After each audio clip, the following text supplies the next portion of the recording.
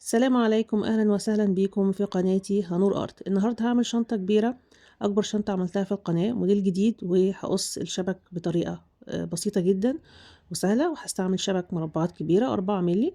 مقاس الشبك 60 في 40 سنتيمتر.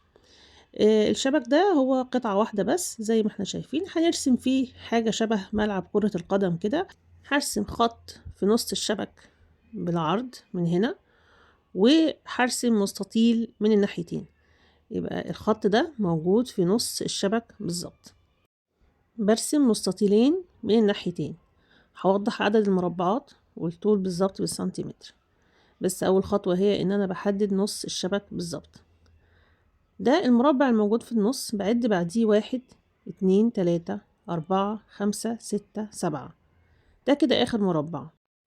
أعد من الناحية التانية 1 2 3 4 5 6 7. أعد من النص بالظبط 1 2 3 4 5 6 7. هرسم خط بعد المربع السابع من كل ناحية. الخط ده اللي هيمشي عليه المقص. يبقى أنا هقص من أول هنا، ومن الناحية التانية برضو هقص من الجزء ده، وبحدد المكان اللي هيمشي فيه المقص.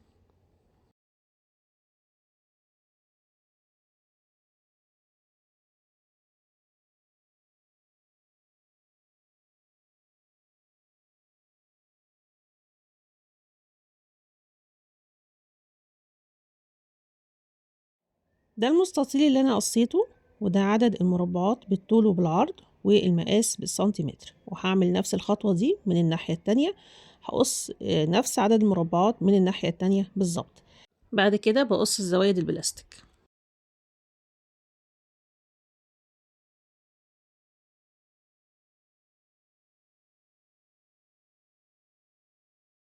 هكمل القص في باقي الأجزاء، وهحدد كمان قطعة تانية لتركيب القفل. القطعة ديت عرضها بيعتمد على طول القفل المتاح معايا، أما الطول فهيكون ثابت. وده عدد المربعات والمقاس بالسنتيمتر لقطعة البلاستيك اللي هركب فيها القفل.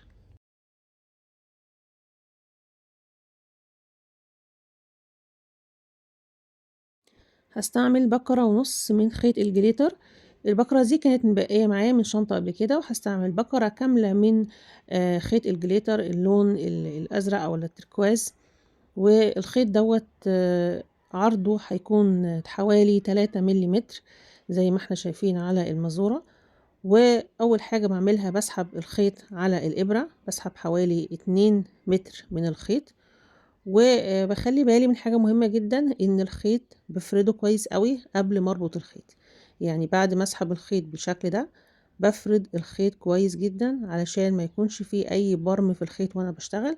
بعد كده بقص الخيط واربط الخيط كويس. لأن مساحة الشنطة كبيرة، فأنا هعمل نموذج مصغر للغرز، والغرز دي هشتغل بيها في كل أجزاء الشنطة.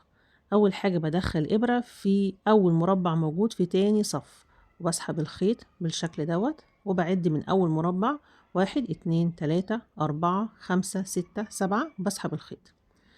بعد ما بسحب الخيط لازم أفرده كويس، وبعد الخيط وبفرده بالطريقة ديت. ولازم اتأكد دايما ان الخيط مفرود ومشدود كويس، مش مشدود جامد. لو شديته اكتر من اللازم هلاقي البلاستيك هيكون باين معايا. هدخل دلوقتي الابرة في ربطة الخيط من هنا، واسحب الخيط. الخطوة اللي بعد كده هعد من اول مربع 1 2 3 4، واسحب الخيط، وارجع تاني لأول مربع وادخل فيه الخيط واسحب الخيط وافرده. مرة تانية هكرر أول غرزة عملتها على 7 مربعات بالطول. كده أنا عرفت الصف اللي هكمل عليه، فهكرر أول غرزة عملتها على 7 مربعات وأفرد الخيط. الغرزة اللي بعد كده هتكون على 4 مربعات زي تاني غرزة عملتها.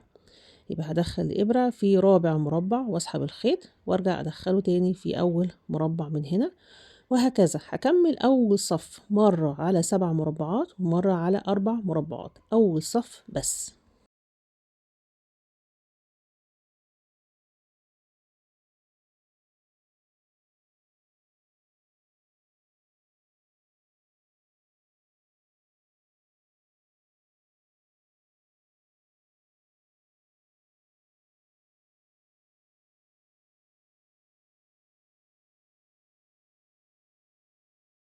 أعد من أول مربع دخل فيه الخيط 1 2 3 4 5 6 7 وأسحب الخيط.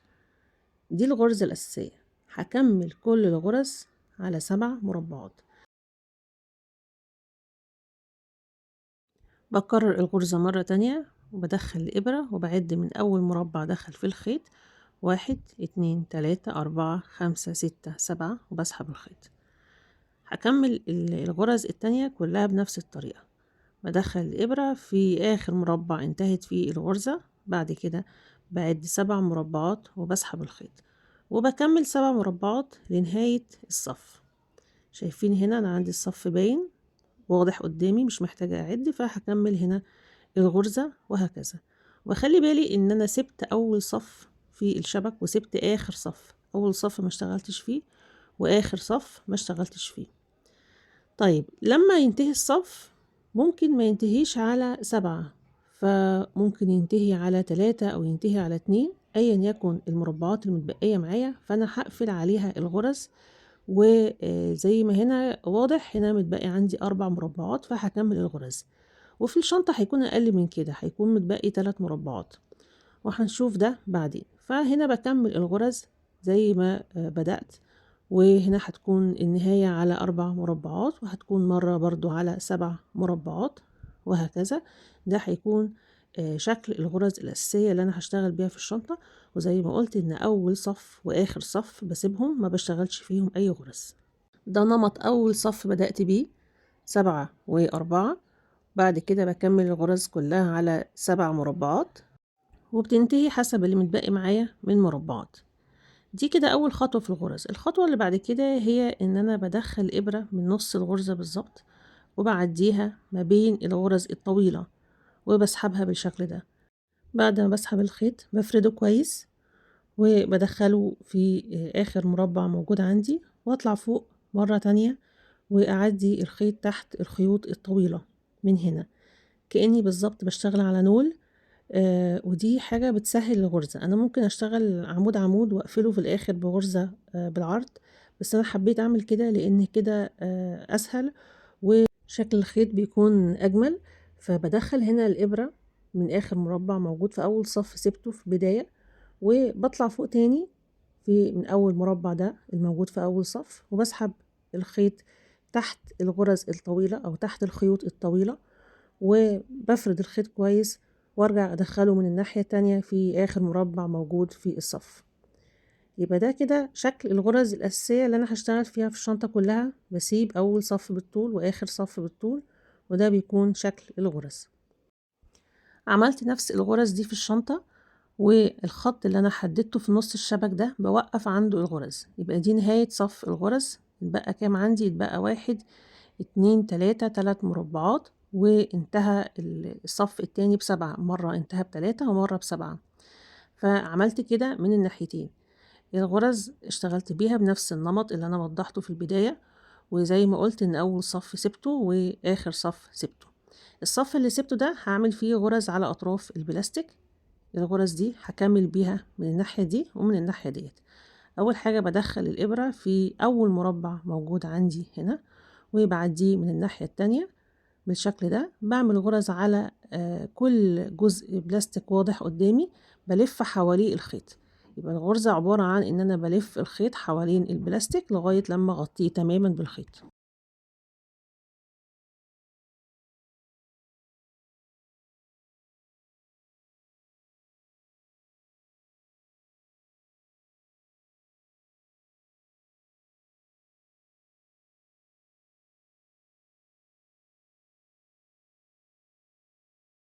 بالنسبة لبداية الصفوف انا هنا ما سبتش صف، بس في عندي فراغ من البلاستيك واضح، فهعمل عليه نفس الغرز والف الخيط حوالين البلاستيك بالشكل ده.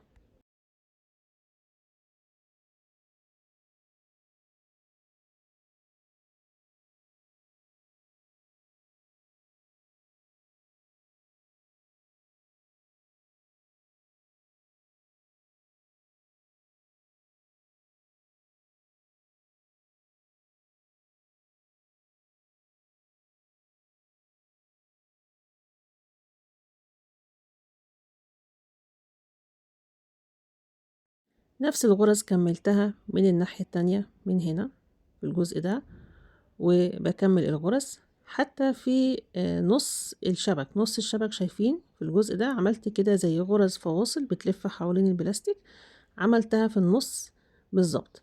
يبقى نفس الغرز دي بكررها في الأطراف وفي نص الشبك بالظبط. كملت هنا وكملت برضو في الأطراف التانية من هنا ومن هنا.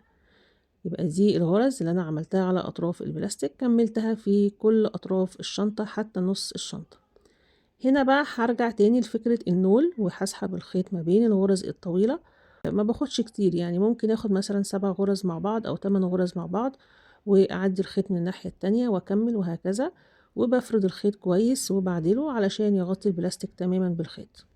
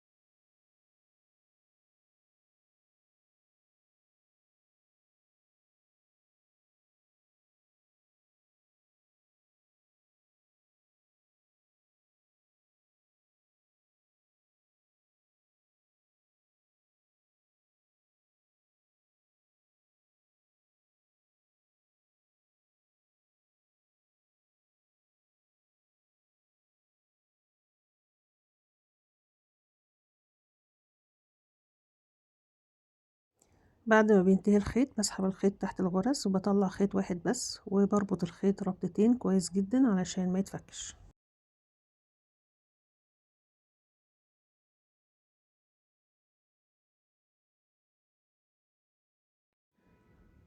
بحدد علامة في نص الشبك بالظبط، والعلامة دي هي اللي هثبت فيها الجزء البلاستيك اللي خاص بتركيب القفل.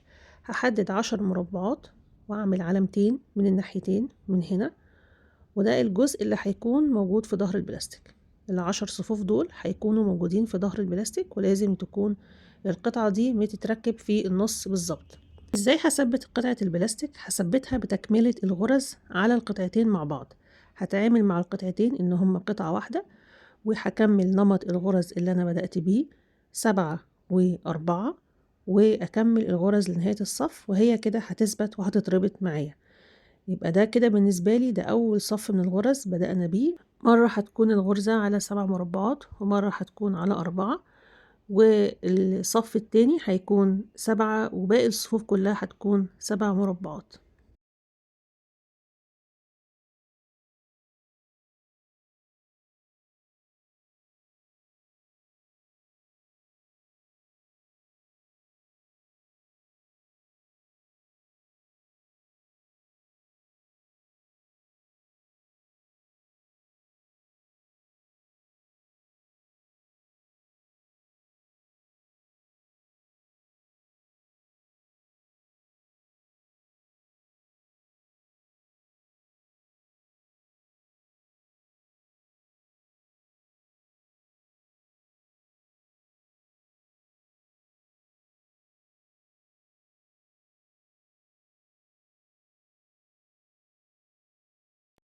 انتهيت من اول صف، هبدأ اشتغل في الصف التاني، والغرزة هتكون على 7 مربعات، وكل الغرز اللي جاية كلها هتكون على 7 مربعات.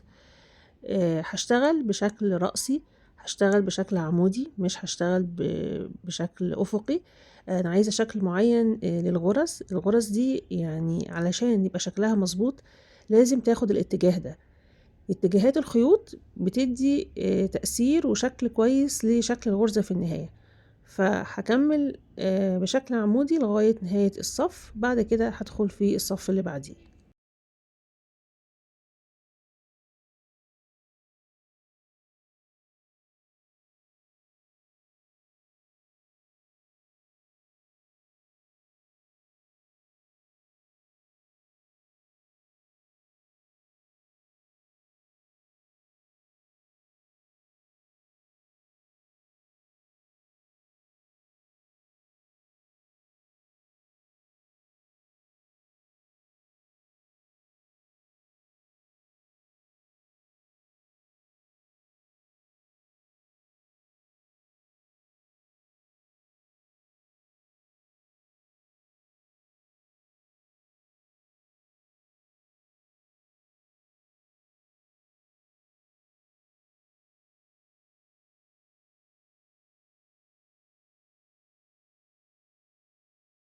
لما بكمل بنفس الطريقة هلاقي الغرز في ظهر البلاستيك بتديني شكل الزجزاج اللي احنا شايفينه دلوقتي، وده الشكل اللي هكمل بيه في باقي أجزاء الشنطة.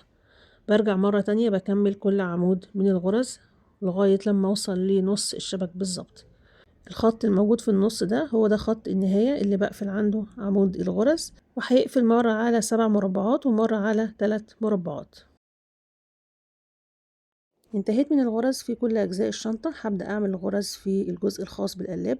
بداية الصف هتكون زي البداية اللي بدأت بيها في أول غرز، مرة هتكون الغرزة على 4 مربعات ومرة هتكون على 7 مربعات، وهكذا هكمل الغرز بنفس النمط، نمط أول صف، والغرز بعد كده هتكون على 7 مربعات. وهينتهي الصف حسب المتبقي عندي من المربعات، متبقي 2 أو 3 هقفل عندها الصف.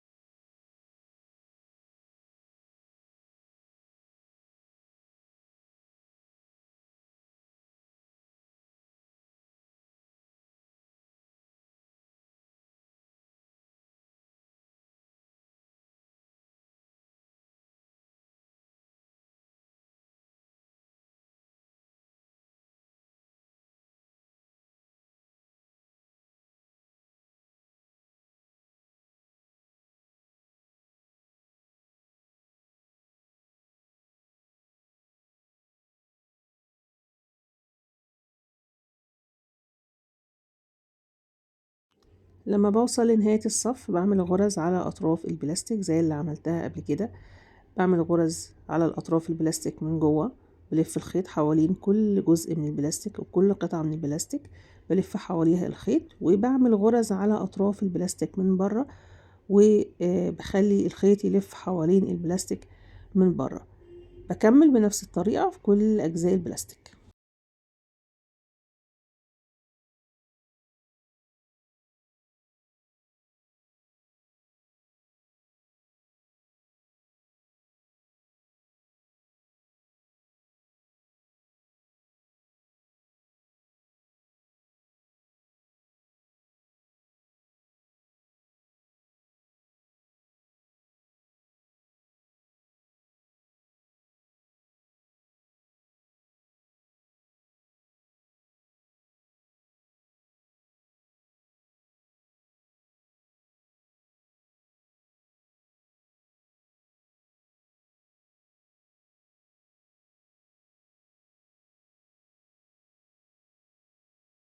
لما الخيط بينتهي بسحب طرف الخيط وبعمل ربطتين للخيط كويس جدا، بعد كده برجع مرة تانية واكمل الغرز.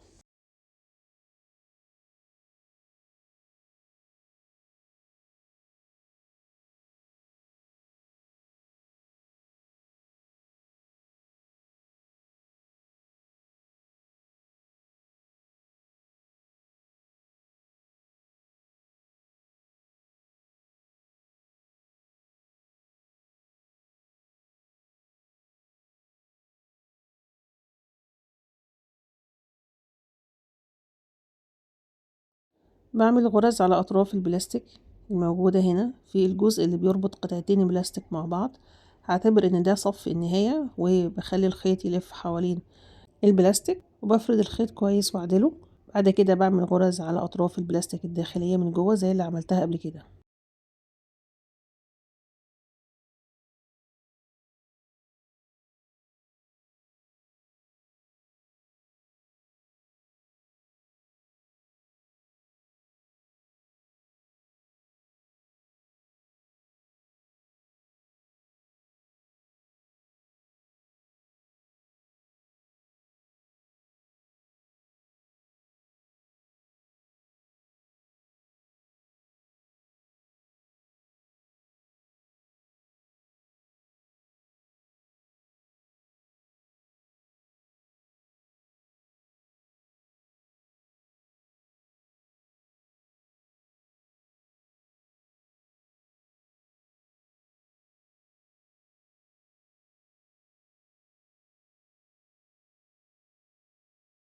هنا بدخل الخيط مرتين في نفس المربع، بعد كده برجع تاني اكمل الغرز.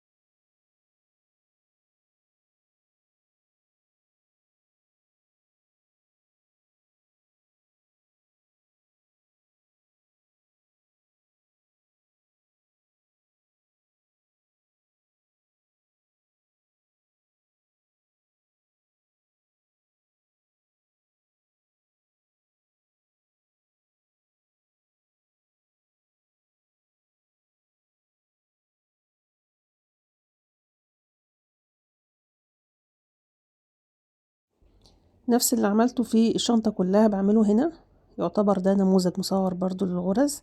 بعمل غرز على أطراف البلاستيك من جوه ومن بره لغاية لما أغطيه تماما بالخيط.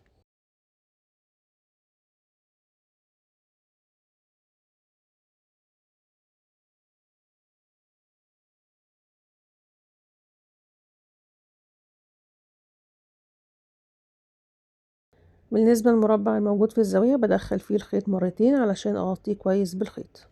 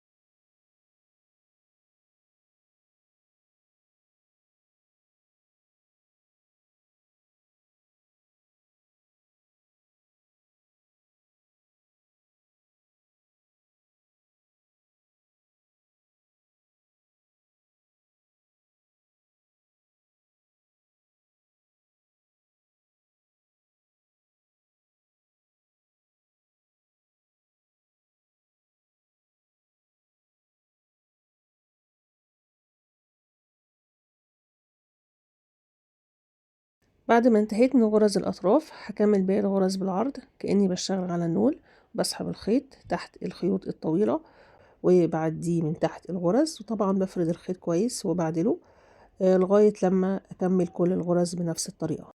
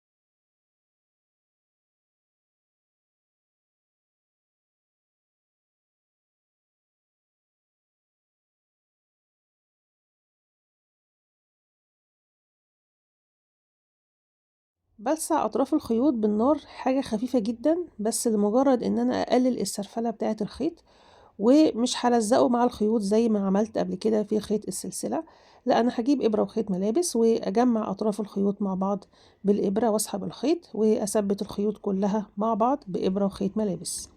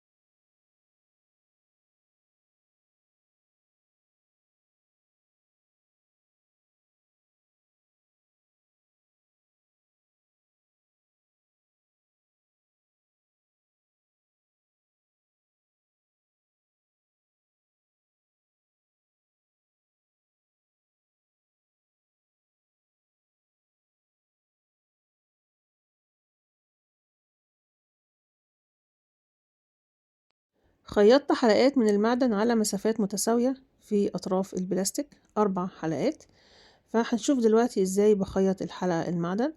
حددت لها علامة وهجيب إبرة وخيط جليتر، وهستعمل خيط واحد بس على الإبرة مش خيطين، وهدخل الخيط ما بين الغرز، وهنا بعد عندي 6 صفوف، وبعد كده بحدد مكان الحلقة المعدن وابدأ في خياطتها وتثبيتها ما بين الغرز.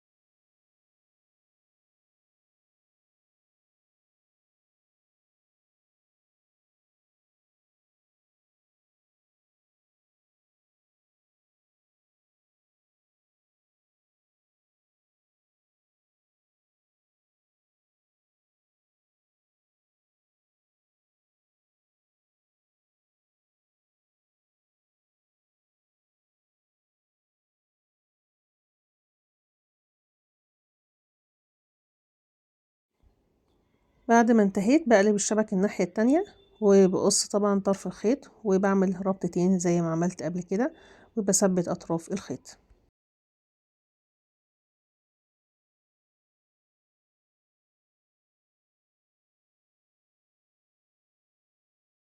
بجهز قماش البطانة بقصه بنفس الشكل اللي موجود عليه الشبك، ولكن بيكون أكبر منه حوالي من 2 ل3 سنتي من كل ناحية. بعد كده بقلب الشبك مع القماش وبتني أطراف القماش من كل ناحية، وبثبتها بمشابك أو بدبابيس.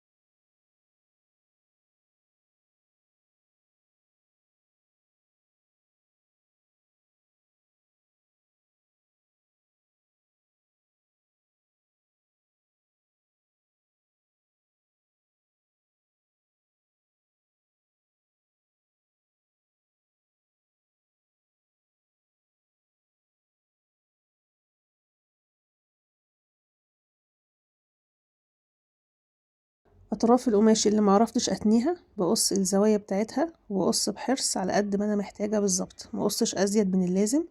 بعد كده برجع مرة تانية أقلب القماش وأقلب البلاستيك وأتني أطراف القماش كويس وأثبتها بالمشابك.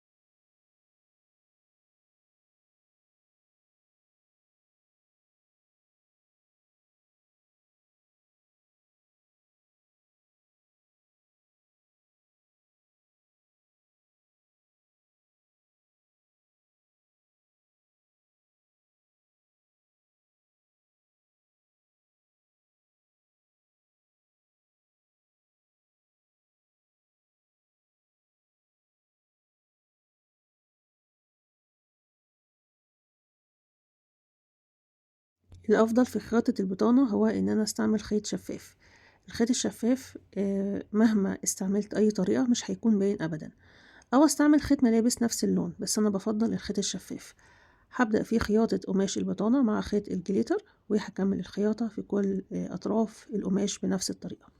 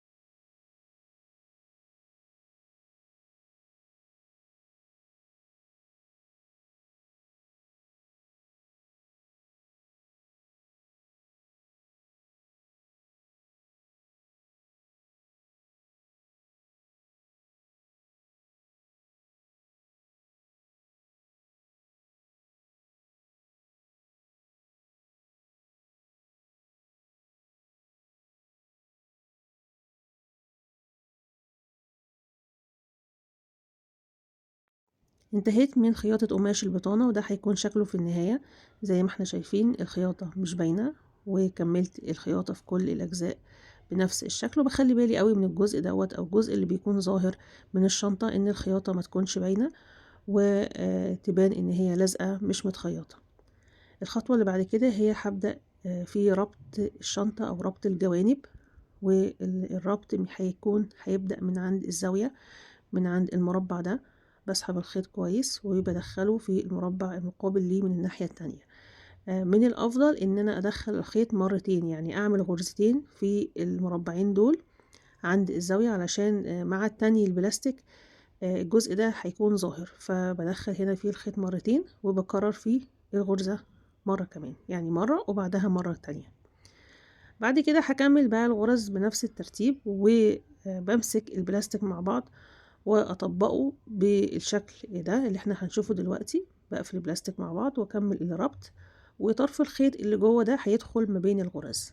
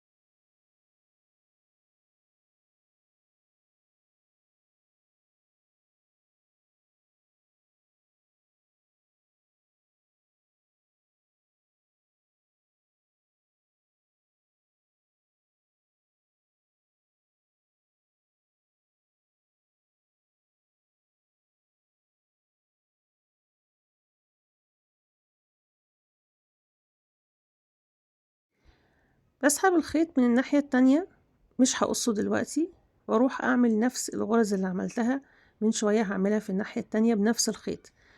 وطرف الخيط اللي احنا شايفينه ده، اللي هو اللي احنا سحبنا الخيط وكملنا بيه الغرز، ده هدخله ما بين غرز الربط علشان ما يكونش باين في النهاية، وبكرر نفس خطوات الربط اللي عملتها قبل كده.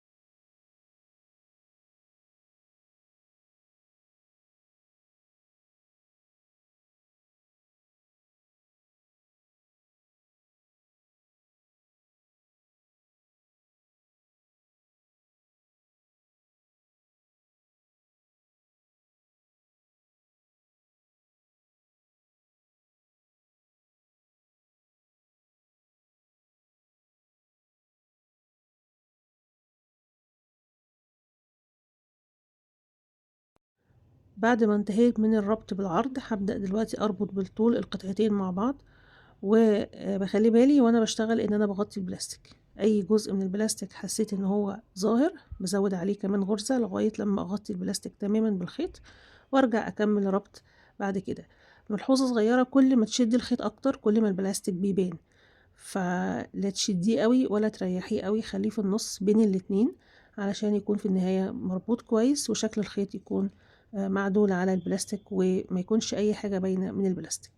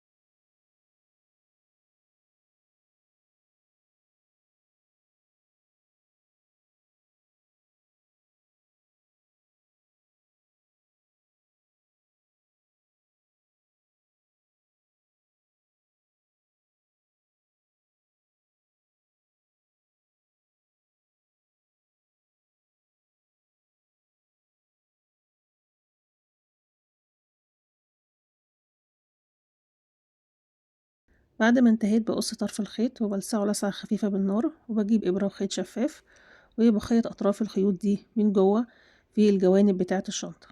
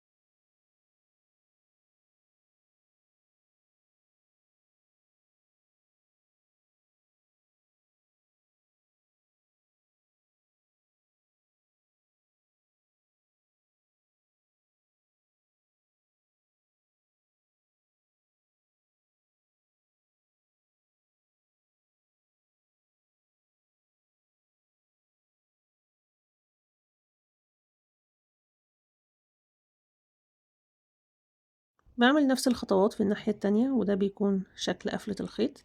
بعد كده بركب قفل مغناطيس، 2 قفل مغناطيس في الأجزاء ديت من الشنطة.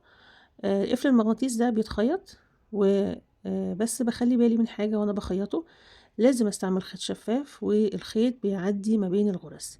انا عندي هنا 4 دواير بخيط فيهم القفل المعدن، بخلي بالي ان الابرة بتطلع ما بين الخيوط، مش بتدخل في اي خيط جليتر ابدا، دايما لازم أعدي الإبرة ما بين الخيوط وبخيط ما بينهم، وهكذا بعمل نفس الخطوات في الأربع فتحات بتاعة القفل.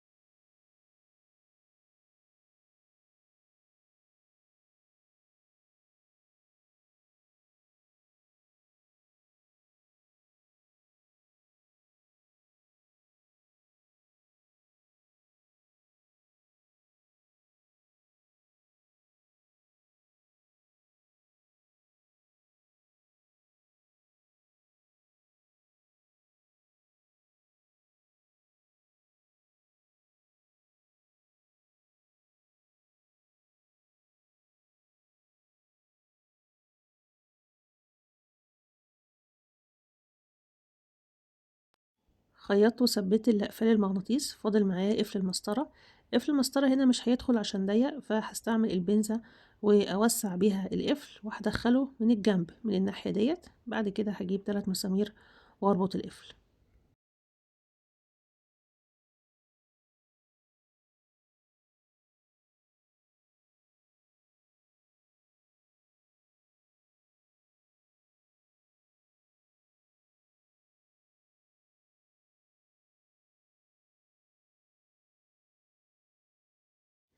بركب الجزء التاني من القفل وبحدد ليه قفلة من هنا من نص الشبك بالظبط بالشكل ده، لازم تكون القفلة مظبوطة. بعد كده بدخل أطراف المعدن ما بين الغرز وبتنيها تحت قماش البطانة.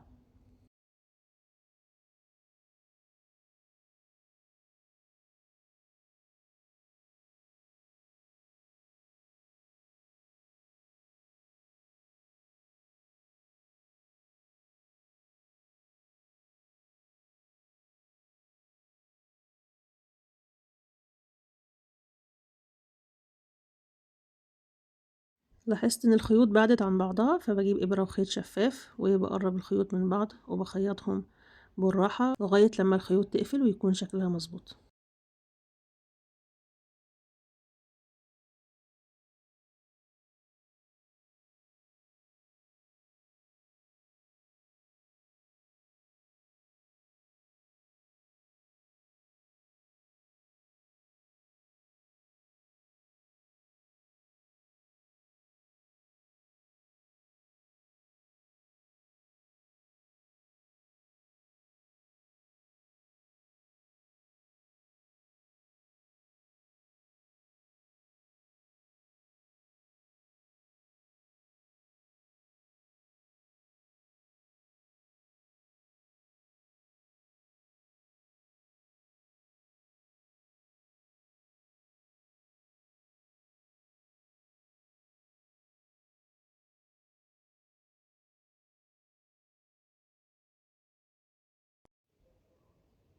ملحوظة في النهاية، لو حسيت ان قماش البطانة مموج أو مش ثابت كويس بارجع مرة تانية باثبته باخيطه لغاية لما يكون شكله كأنه لازق على خيط الجليتر مش متخيط، وباكمل بنفس الطريقة في كل أطراف القماش.